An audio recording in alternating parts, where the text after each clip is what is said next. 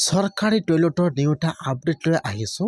সেইটো আপডেট হ'ল, যদি আপোনালোকে চৰকাৰী টয়লেটৰ বাবে অনলাইনত আবেদন কৰিছে আৰু আপোনালোকে এতিয়াও চৰকাৰী টয়লেটৰ পইচাটো লাভ কৰা নাই, এতিয়া আপোনালোকে কি কৰিলে টয়লেটৰ পইচাটো লাভ কৰিব। মই আজি এইটো ভিডিঅ'ত আপোনালোকক সম্পূৰ্ণ প্ৰচেছ দেখুৱাই দি আছোঁ। যিসকলে চৰকাৰী টয়লেটৰ বাবে অনলাইনত আবেদন কৰিছে, এটা কিন্তু টয়লেটৰ ভেৰিফাই লিষ্ট আহি গৈছে। যিসকল মানুহৰ নাম লিষ্টত আহি গৈছে, সকলোৰে নাম কিন্তু ভেৰিফাই হৈ গৈছে। তাৰ ভিতৰত কিন্তু কিছুমান মানুহে টয়লেটৰ পইচাটো লাভ কৰিছে আৰু কিন্তু এতিয়াও বহুত মানুহে টয়লেটৰ পইচাটো লাভ কৰা নাই। যিসকলে লাভ কৰিছে সেইসকলে কিন্তু সম্পূৰ্ণ প্ৰচেছ হৈ গৈছে, তাৰপিছতহে টয়লেটৰ পইচাটো লাভ কৰিছে। যদি আপোনালোকৰ টয়লেটৰ লিষ্টত নাম আহিছে আৰু আপোনালোকে এতিয়াও টয়লেটৰ পইচাটো লাভ কৰা নাই, তেনেহ'লে কিন্তু এতিয়া আপোনালোকে ভেৰিফিকেশ্যন কৰিব লাগিব।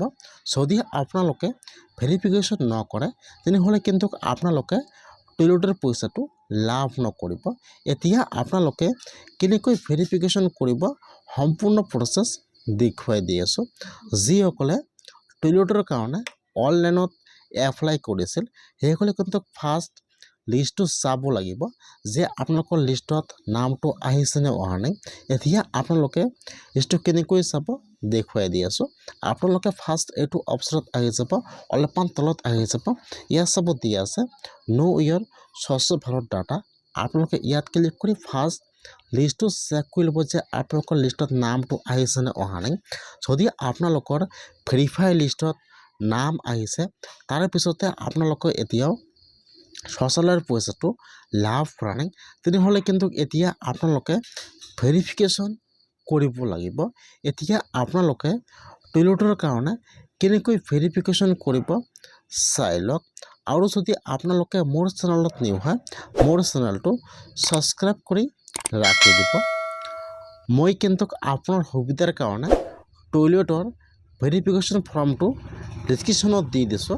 আপোনালোকে ফাৰ্ষ্ট তাৰ পৰা টয়লেটৰ ভেৰিফিকেশ্যন ফৰ্মটো ডাউনলোড কৰি কোনোবা দোকানৰ পৰা আপোনালোকে ফাৰ্ষ্ট সেইটো ফৰ্ম প্ৰিণ্ট কৰি লৈ আহিব। তাৰপিছত কিন্তু আপোনালোকে এতিয়া ফৰ্মটো ফিল আপ কৰিব লাগিব।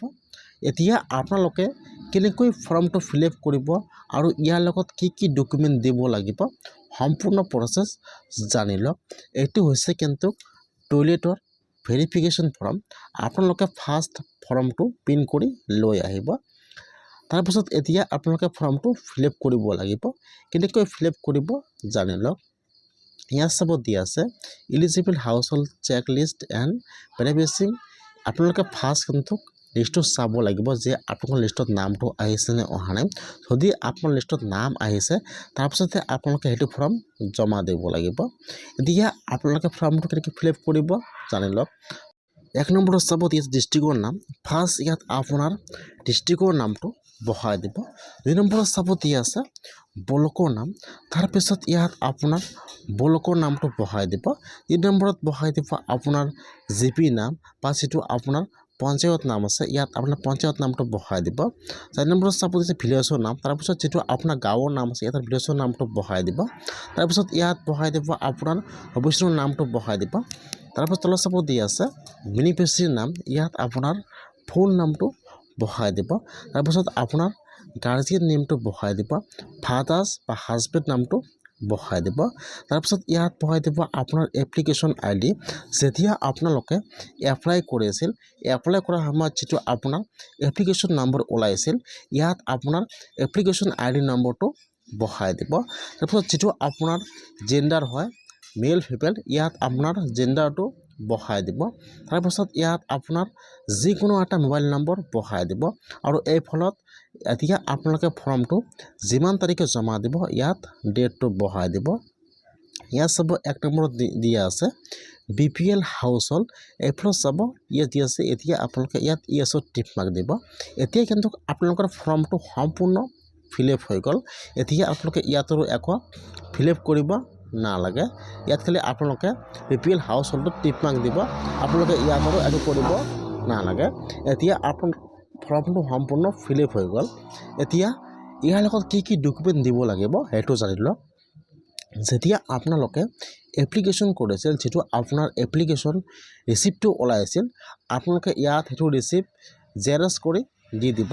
লগতে দিব আপোনাৰ আধাৰ কাৰ্ড জেৰক্স কৰি, লগতে ইয়াত যিটো আপোনালোকে বেংকৰ একাউণ্ট নম্বৰ এপ্লাই কৰাৰ সময়ত দিছিল, আপোনালোকে সেইটো একাউণ্ট ইয়াৰ লগত জেৰক্স কৰি দিব লাগিব।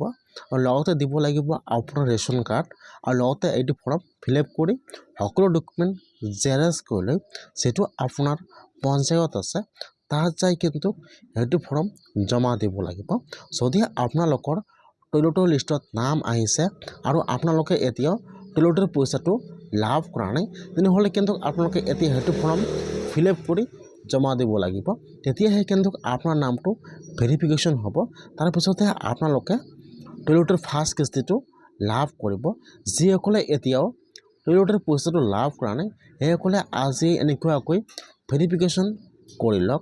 যদি আপোনালোকে ভেৰিফিকেশ্যন নকৰে, তেতিয়াহে কিন্তু আপোনালোকে টয়লেটৰ পইচাটো কেতিয়াও আৰু নাপাব। সেইকাৰণে আপোনালোকে ফাৰ্ষ্ট লিষ্টটো চাই লওক।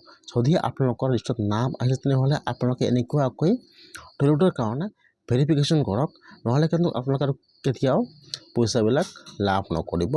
আজিৰ ভিডিঅ' ইমানেই আছিল, টয়লেট ভেৰিফিকেশ্যন প্ৰচেছ।